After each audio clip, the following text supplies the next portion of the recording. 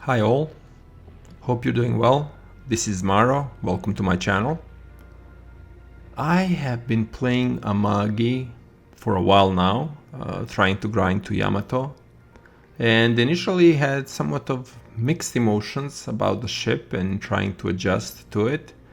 But over the number of games as I ground the ship to get to Izumo, I have to say that I started to develop a new appreciation for the ship.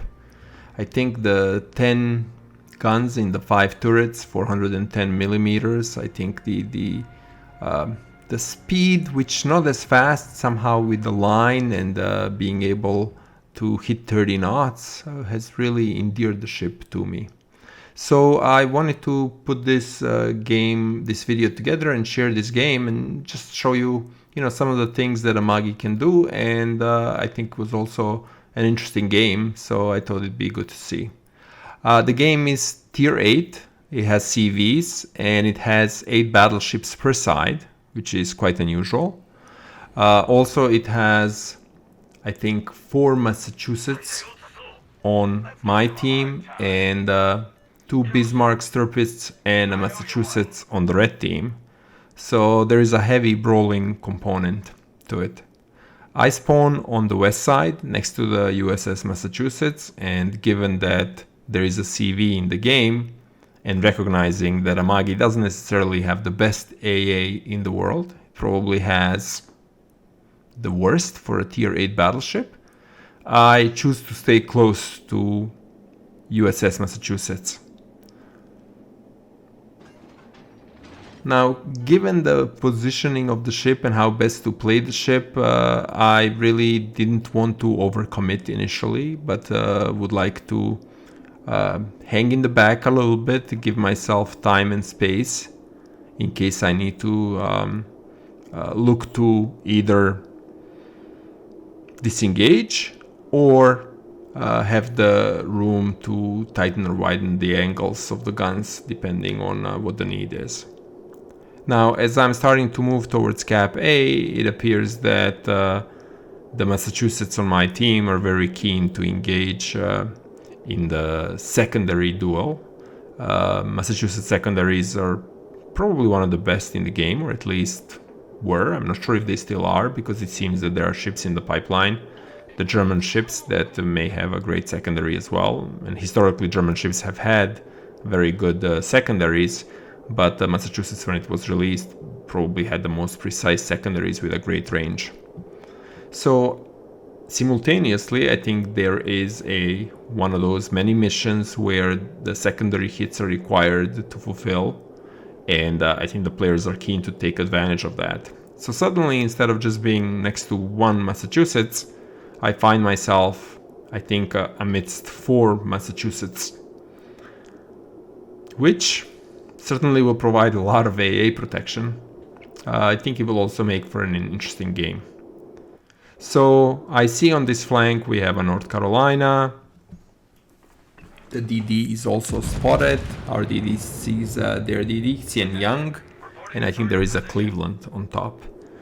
At the decap, the red team is already capping it, and our light cruiser Cleveland seems to be charging. And at the same time, there are 4 red battleships on that flank. So I don't think that's going to go really well. In addition, CV has just spotted it and attacks it. So I think it's just a matter of time before that ship is gone. I think not only, are we a little surprised by that, but I think the enemy team as well. As you can see in the chat, where the Tirpitz player says that Cleveland has decided to end it all, and it has. It's gone. So in the meantime, on this flank, which clearly is becoming the strongest flank, I am the widest, but not really in the front. The North Carolina ahead, I think, starting to realize that this is going to be a very busy flank, and it's the strong flank for us. So the best thing that he can do is really clear. I score a nice salvo with a Citadel. It's a 24k, I guess, salvo. So, that is a perennial weakness of the North Carolinas, their weak broadside, and exposing it as he was trying to run, it didn't help the matter. I think probably a better choice of action for him would have been to just continue to go south, get closer to the island, and perhaps then look to steer.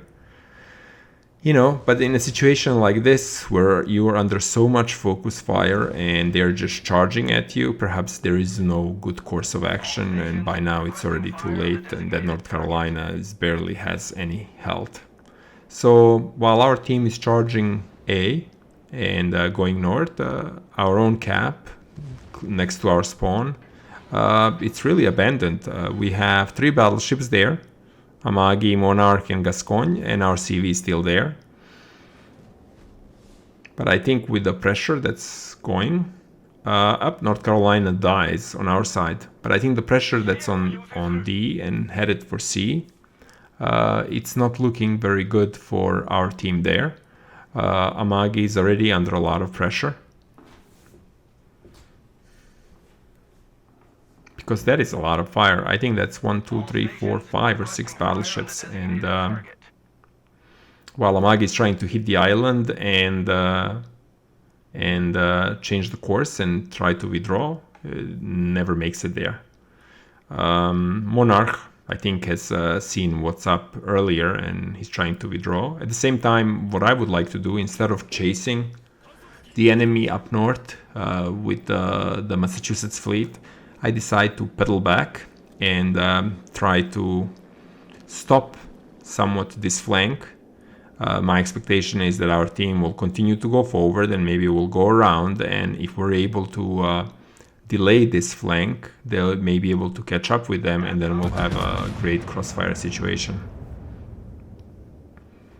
Given the distance, typically I would use HE in this situation, but because Bismarck's side was exposed, I use AP and score 10k hit.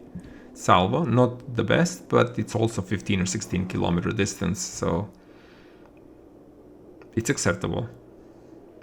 At the same time, our cap C, the red team is already capping it, so that would suggest that Destroyer Lightning that was on that flank is already in there. Monarch is trying to run away, and our carrier, it seems, has decided to also give it all, or should I say make peace with everything, because instead of trying to run away, it's headed straight into our cap where Lightning is there, and I think it's visible to all the battleships now. I tried to do some damage to this destroyer. I waited for it to turn, but whatever I do is not going to be sufficient to really take it out, especially with the AP. And our carrier is gone. Why did it choose to go in? It's really not clear to me. But it did.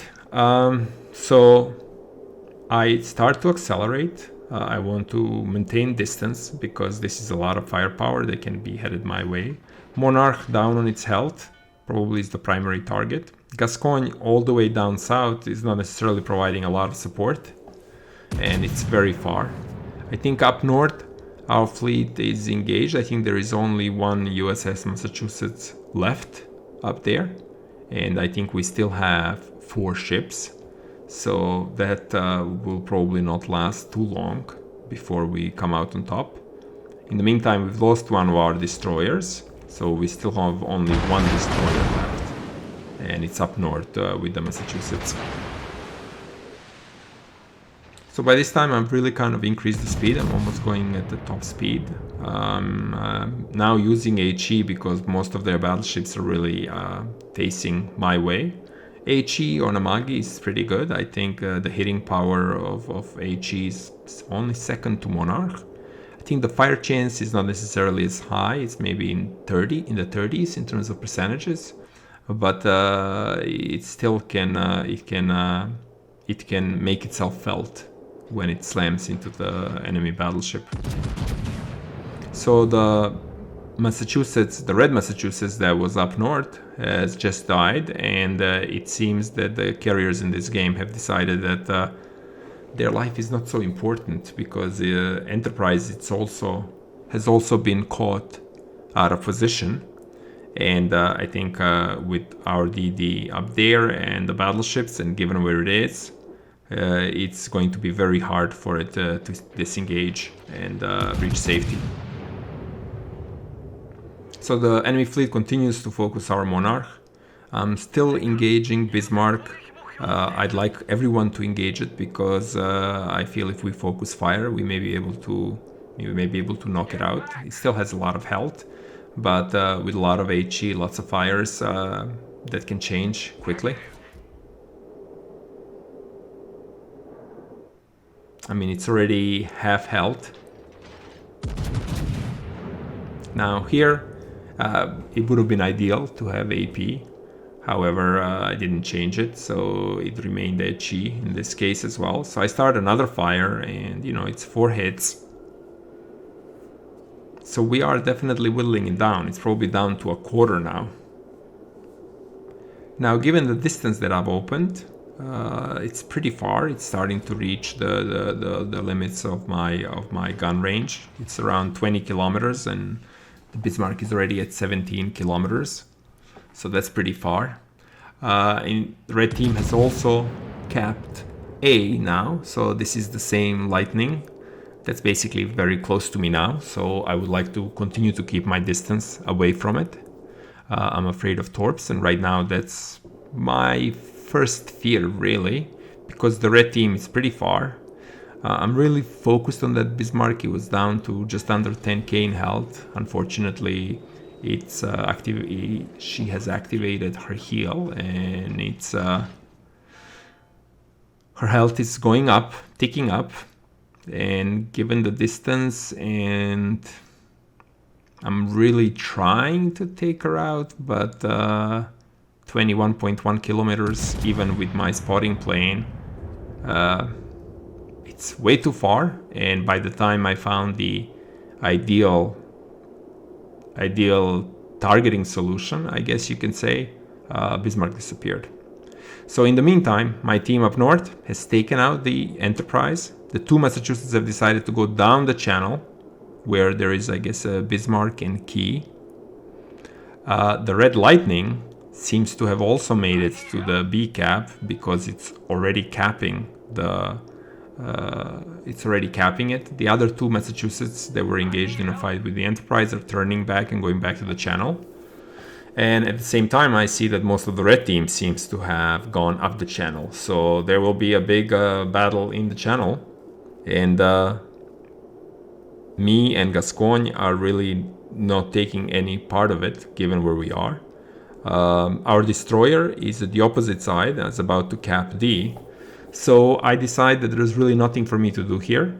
I'm going to try to cap A, and maybe if the fight develops and the red team is bottled in the channel, I may try to approach from the south and close it, and then we may have them sandwiched in the channel.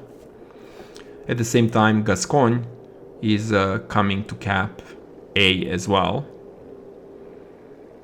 So that while the 2 of us are coming together, we've lost one of our Massachusetts in the channel. It seems that the red team is advancing forward, and it's making progress. So our team is on the back heel. It's not entirely clear where the red destroyer is yet. So if he's in the back of our battleships, that also may present a lot of danger to our team. Now, I think my original plan, which was to go back south and maybe have the red team sandwich in the channel, is really not going to work, because we already lost 2 Massachusetts. So now I think it's just 2 of our battleships on top of the channel versus 5. They just took the Tirpitz out, so it's 4. Me and Gascogne, while we're trying to cap here, we're not really adding anything to that fight. USS Destroyer, the USS Kidd, the destroyer, has capped D and is headed to C. So I really decided now is the time for me to turn and try to engage the fleet on top. So lightning is felt now. She has taken out one of our Massachusetts. So now all that we have left north is one battleship versus 4 of their battleships and a destroyer.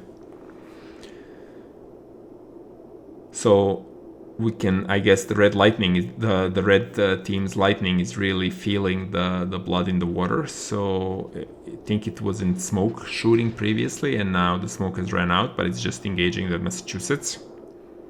Now the USS Massachusetts secondaries are formidable, and they are whittling down that lightning pretty fast, while Bismarck is charging on our remaining Massachusetts up there in the north. And Massachusetts successfully takes out the destroyer. I am starting to be in position where I can engage, but I'm trying to be very careful how I shoot, given that my teammate's ship is up there. So I do almost no damage to the Bismarck, and Bismarck takes out the Massachusetts. So now it's 3 versus 4. The point difference is around 300 points. Now that Bismarck, again, it's very low on health. I had AP loaded, so I shoot it. I take a shot. And I do 2 pens, but again, not enough. So that Bismarck is just under 2k, but still lives. I try to angle and make sure that I can absorb a lot of damage. I keep pointing to this Bismarck. I'm hoping that Gascogne will be able to shoot him. And he does, and it takes him down to 670 points, but he activates the heal and his health is already picking up. I still have AP. I shoot and I don't score any hits at all. And this is just very painful right now. I mean, I think this is almost the second time that one of the Bismarck was very low on health and that we were very close to taking her out, but did not succeed. I think Gascogne continues to engage her. At the same time, I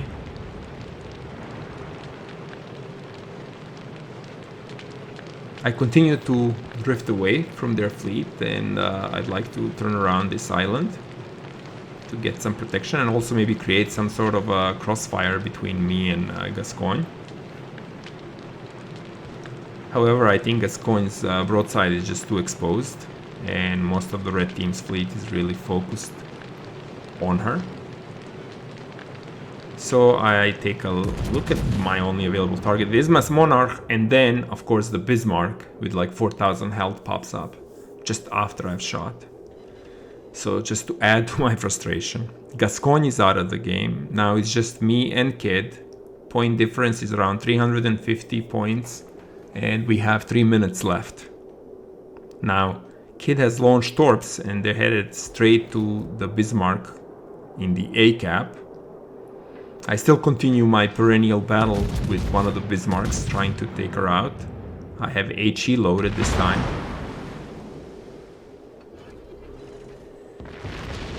Two pens, but again, only down to 3000, and Bismarck has activated her heal and the health is going up. The other Bismarck has been taken out by Kid with a very interesting screen name, or the game name, Ron Jeremy. I'm sure for you, perhaps a little older, you're familiar with who he is.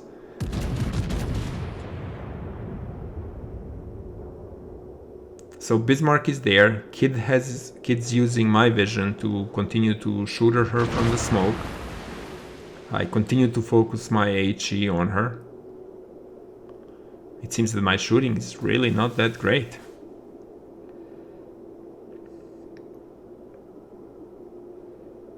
So Monarch and Bismarck is there. I think he was quite low on health, so she went east and is really not spotted right now. I fire another salvo at the Bismarck. And finally, after so much effort and after trying for so long, that Bismarck finally dies.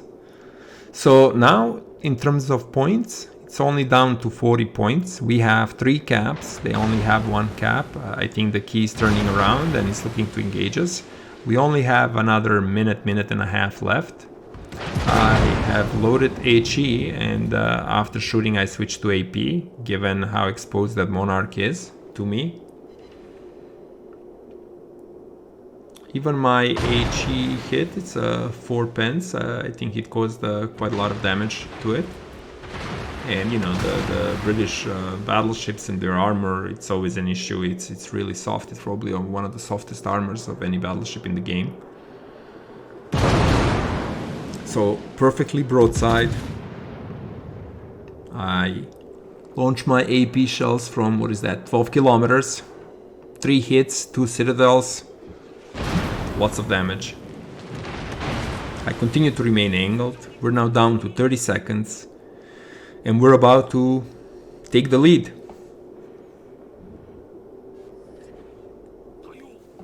With, what is that, 25 seconds left. As long as none of us dies, we should be able to win this game.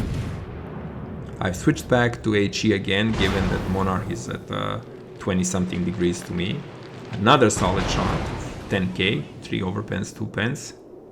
And I'm burning, but I have more than enough life for the time that's left in the game. And the game ends and we win. And I have to say I was quite surprised that this happened. I thought when we were 300 points down that there is no way that we would have been able to turn this game around.